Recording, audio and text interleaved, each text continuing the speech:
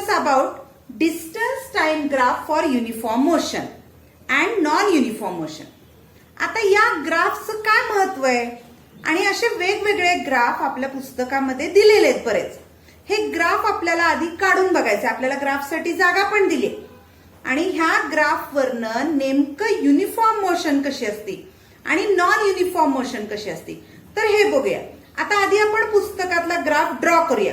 तुम्ही पण माझ्याबरोबर हा ग्राफ ड्रॉ करायचा आहे. जर तुमच्याकडे पुस्तक असेल तर डायरेक्ट पुस्तकात काढा आणि जर तुमच्याकडे पुस्तक नसेल तर तुम्ही हा ग्राफ वहीमध्ये काढायचा. आता ग्राफ काढणे ही गोष्ट तुम्हाला गणितामध्ये तुम्ही शिकलेला आहात. एक्स ऍक्सिस वाय ऍक्सिस आणि त्या दोन्हीवर पॉइंट घेऊन आपल्याला हा ग्राफ काढायचा आहे. तर चला आपण ग्राफ काढू. आधी नंबर 5 वर तुम्हाला इथं तक्ता दिलाय. त्यामध्ये टाइम दिलाय आणि डिस्टन्स दिले. हे डिस्टन्स मीटर मध्ये दिले.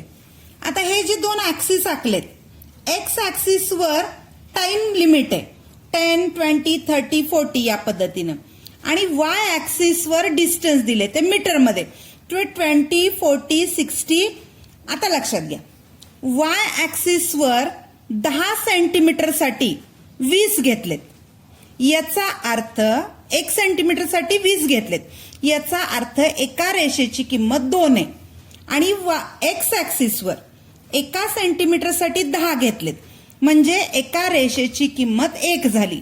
त्या यानं आपण पॉइंट काढणारे. कसे पॉइंट काढणारे बघा. आता सुरुवातीला 0, 0 म्हणजे हाच पॉइंट येतो की जो ओरिजिन पासून चालू होतोय तो पॉइंट.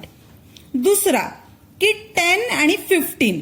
आता 10 म्हणजे एक्स ऍक्सिस वर आणि 15 मी तुम्हाला सांगितलं की एका रेषेची किंमत 2 आहे म्हणजे 15 येण्यासाठी 7च्या वर थोडेसे म्हणजे 7 रेषा आणि त्याच्यावर 2च्या पुढं थोडस असा इथं पॉइंट तुम्ही ड्रॉ करायचं. त्याच्यानंतर बघा 20 आणि 30. आता 30 म्हणजे 20 आणि 40च्या मधला जो पॉइंट आहे तो बरोबर तुम्ही इथं घ्यायचा. त्या पॉइंटला नावं पण द्यायचे.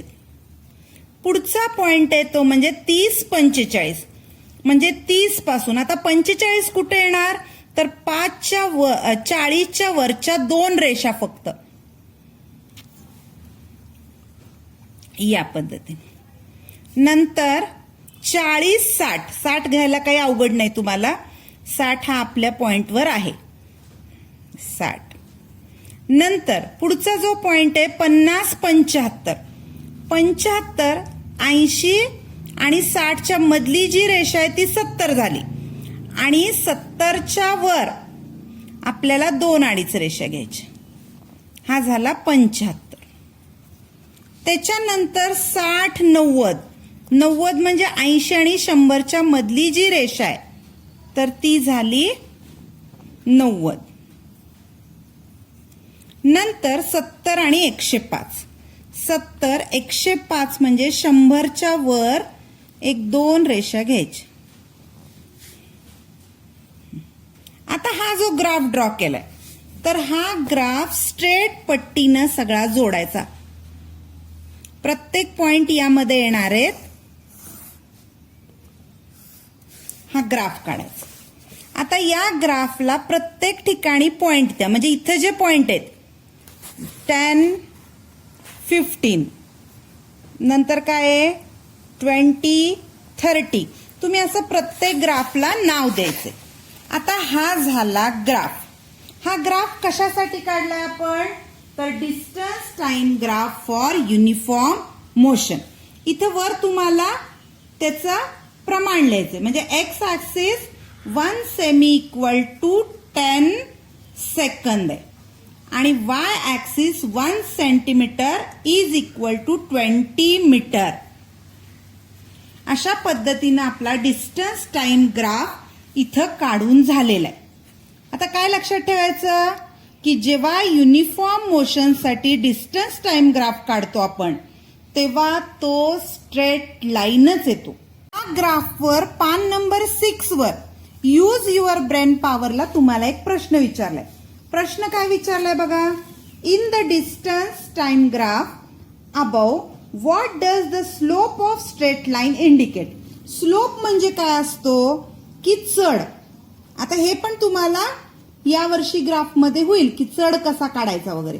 तर या डिस्टन्स टाइम ग्राफ मध्ये याचा स्लोप काय दर्शवतो, तर याचं उत्तर लिहायचं speed of object at that point. काय कळालं तुम्हाला? स्लोप काय इंडिकेट करतो? Slope indicate the speed of object at that time. याच पद्धतीनं पान नंबर 6 वर आपल्याला अजून एक ग्राफ ड्रॉ करायचा आहे. हे बघा, तो कशासाठी आहे, तर distance time graph for non uniform motion. आता इथं त्यांनी एक्स ऍक्सिस वाय ऍक्सिस घेऊन दिलेले नाही, तर आपल्याला हे ऍक्सिस ड्रॉ करायचे. पण बघा, वाय ऍक्सिस वर आपल्याला 5, 10, 15 असं लिमिट घेतलं पाहिजे आणि इथं 7, 12 मॅक्झिमम 58 आहे. म्हणजे आपल्याला त्या दृष्टीनं जसे बसतील तर तसे आपल्याला काढले पाहिजे. तर आधी आपण हा ग्राफ ड्रॉ करूया. नंबर 6 वर distance time graph for non uniform motion. Non uniform का म्हणले बघा, हे बघा, इथले जे डिस्टन्स आहेत त्याचा टप्पा सारखा नाही. म्हणजे पहिला 7 आहे, दुसरा 12 आहे, तिसरा 20 आहे, नंतर 30 आहे, नंतर 41.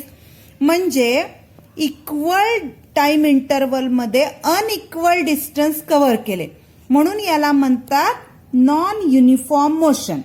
मग आता याचा ग्राफ कसा काढला बघा आपण, तर हा वाय ऍक्सिस, वाय ऍक्सिस वर आपण काय घेतलं, डिस्टन्स घेतलं. आता त्याचं युनिट किती घेतलं, 10, 20, 30, 40, म्हणजे एका रेषेची किंमत 1 झाली. एक्स ऍक्सिस वर काय घेतलं, टाइम लिमिट घेतलं सेकंदाचं, ते 5, 10, 15, म्हणजे प्रत्येक रेषेची किंमत आपण निम्मे म्हणजे 5, 10 म्हणजे 0.5 एका रेषेची किंमत झाली. ते आपण स्केल पण वर लिहिले. On X axis 1 centimetre is equal to 5 सेकंद, on Y axis 1 centimetre equal to 10 metre. आता बघा, आता ग्राफ ड्रॉ केलाय, हा काय स्ट्रेट लाईन येत नाही, तर हा ग्राफ कसा येतो, कर्व येतो. म्हणजे या दोन्हीमध्ये काय समजायचं की डिस्टन्स टाइम ग्राफ जो असतो तो युनिफॉर्म मोशन साठी स्ट्रेट लाईन येतो आणि नॉन युनिफॉर्म मोशन साठी काय येतो, तर कर्व येतो. आता इथं तुम्हाला एक प्रश्न विचारलाय बघा. काय प्रश्न विचारलाय, does the graph show a direct variation between distance and time. मग त्याचं उत्तर काय, the distance changes non uniformly with time, hence it having non uniform motion. या ग्राफच्या वरच्या बाजूला एक प्रश्न तुम्हाला विचारलेला आहे आणि त्या प्रश्नाचं उत्तर काय बघा, the distance changes non uniformly with time, hence it having non uniform motion. आता आपला पुढचा पॉइंट आपण बघू. इथं पण आपल्याला एक ग्राफ आहे. आता ह्याच्यामध्ये एक रेल्वे गाडीचं उदाहरण दिलेले. या रेल्वे गाडीचं काय दिलंय बघा, की एक रेल्वे गाडी म्हणजे इथून ती प्रवासाला सुरुवात करते, समजा 60 किलोमीटर तिचा 60 किलोमीटर प्रति तासाचा वेग आहे, 5 तास ती सतत गतिमान आहे. आणि मग यामध्ये आपल्याला तिथं काय काढायचंय, वेलॉसिटी टाइम डिस्टन्स ग्राफ दाखवलाय. त्यामध्ये काय आहे बघा, इथं दुसऱ्या तासाला एक रेष ओढली आणि चौथ्या तासाला एक रेष ओढलेली. म्हणजे या रेल्वेनं पार केलेलं अंतर. आता हा ग्राफ आपण फळ्यावर काढू, मग तुम्हाला व्यवस्थित या गोष्टी समजतील. पान नंबर 6 वर ग्राफ नंबर 1.7 दिलाय. आता आपण हा ग्राफ फळ्यावर काढलेला आहे. या ग्राफ मध्ये आपल्याला माहिती काय दिली आणि ग्राफ समजून घ्या. काय दिले बघा, अ train is moving with a uniform velocity of 60 kilometre per hour for 5 hours.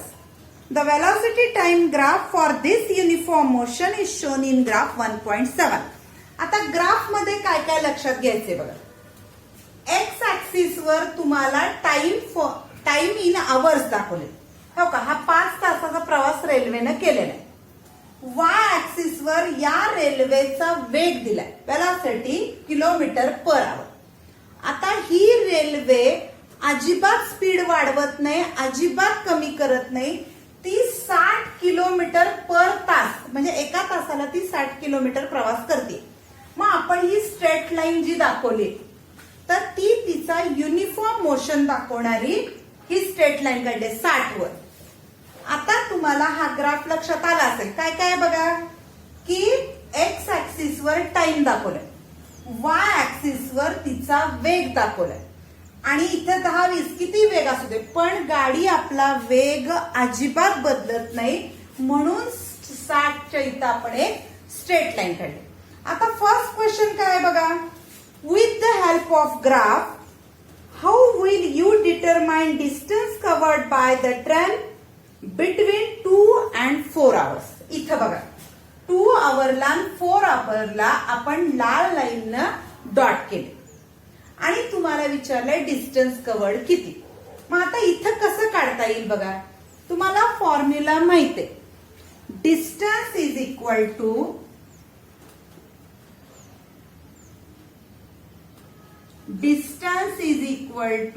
Speed into time असता. आपण इथं वेलॉसिटी इंटू टाइम घेऊ.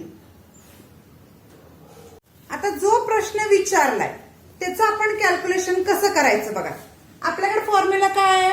Distance is equal to velocity into time. आधी आपण 2 तासानंतर कव्हर केलेलं अंतर आणि 4 तासानंतर कव्हर केलेलं अंतर दोन्ही काढूया आणि मग दोघांची वजाबाकी केली की मधल्या 2 तासात ट्रेननं किती डिस्टन्स कव्हर केलं तर ते आपल्याला मिळते. बघा पहिलं डिस्टन्स कव्हर्ड इन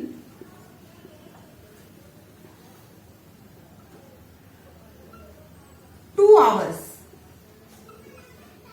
पहिल्या 2 तासात या रेल्वेनं किती अंतर पार केलं तर याची वेलॉसिटी आहे 60 kilometre per hour into time किती लागलाय 2 तास म्हणजे 120 किलोमीटर एवढं डिस्टन्स त्या ट्रेननी पहिल्या 2 तासामध्ये कव्हर केलं.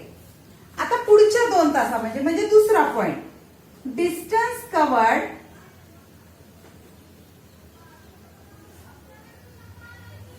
In 4 hours.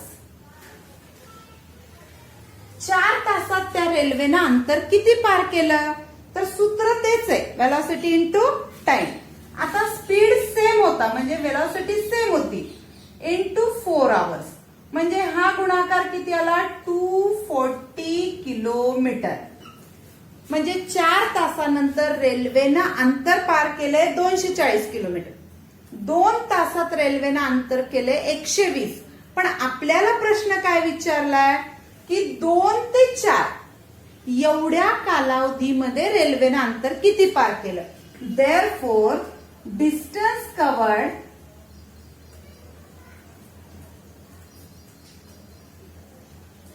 In 2 hours is equal to distance cover 2 hours कसे काढायचे तर पहिलं 4 तासामध्ये कव्हर केलेलं अंतर वजा 2 तासामध्ये कव्हर केलेलं अंतर बरोबर किती झालं 120 किलोमीटर. हे झालं पहिल्या प्रश्नाचं उत्तर. पहिल्या प्रश्नामध्ये आपल्याला काय विचारलंय की त्या ट्रेननी 2 तासानंतर आणि 4 तासाच्या मध्ये म्हणजे एवढ्या ह्याच्यात किती डिस्टन्स कव्हर केले. आपण काय केलं की आधी 2 तासानंतर कव्हर केलेलं अंतर काढलं आणि नंतर 4 तासानंतर कव्हर केलेलं अंतर काढलं. आता हे झालं पहिल्या प्रश्नाचं उत्तर. आता दुसरा प्रश्न काय विचारलाय आपण बघूया. काय विचारलाय बघा दुसरा प्रश्न. दुसऱ्या प्रश्नामध्ये आपल्याला दिले is there a relation between the distance covered by the train between 2 and 4 hours and the area of a particular rectangular in the graph. What is the acceleration of the train? आता तुम्हाला इथं 2 प्रश्न आहेत. हे तुम्ही speed काढलेले ह्याचा संबंध म्हणजे 2 तासात तिनं कापलेलं अंतर आणि इथं जो रेक्टँगल तयार झालाय 2 लाईन ओढल्यामुळे जो रेक्टँगल तयार झालाय त्याचा एरिया याचा काही संबंध आहे का विचारले. आता हा संबंध काय असेल तर तो काढल्यानंतर त्याचं ऍक्सिलरेशन किती ट्रेनचं विचारले. सेकंड क्वेश्चन काय विचारलंय बघा आपल्याला की ह्याच्यामुळे जो रेक्टँगल तयार झालाय या रेक्टँगलचा एरिया आणि ट्रेननं 2 तासात कव्हर केलेलं अंतर याचा काही संबंध आहे का, आणि तो संबंध असेल तर काय आहे, आणि त्याचं ऍक्सिलरेशन किती, हे आपल्याला गोष्टी दुसऱ्या प्रश्नामध्ये विचारल्या. आता बघा, आपण हा रेक्टँगलचा एरिया, रेक्टँगल कुठला, ABCD. ABCD रेक्टँगल कसा तयार केला आपण, तर 2 तासात ट्रेननी कव्हर केलेलं अंतर तो आखून काढलाय. मग आता area of rectangle ABCD is equal to, कुठल्याही रेक्टँगलचा एरिया काढताना आपण सूत्र काय वापरतो, लेंथ इंटू ब्रेड.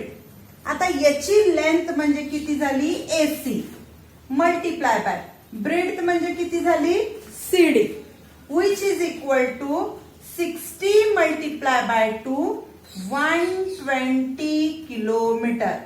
म्हणजे पहिल्या प्रश्नात जसं आलं होतं तसा सेम रेक्टँगलचा एरिया किती आला, 120 किलोमीटर.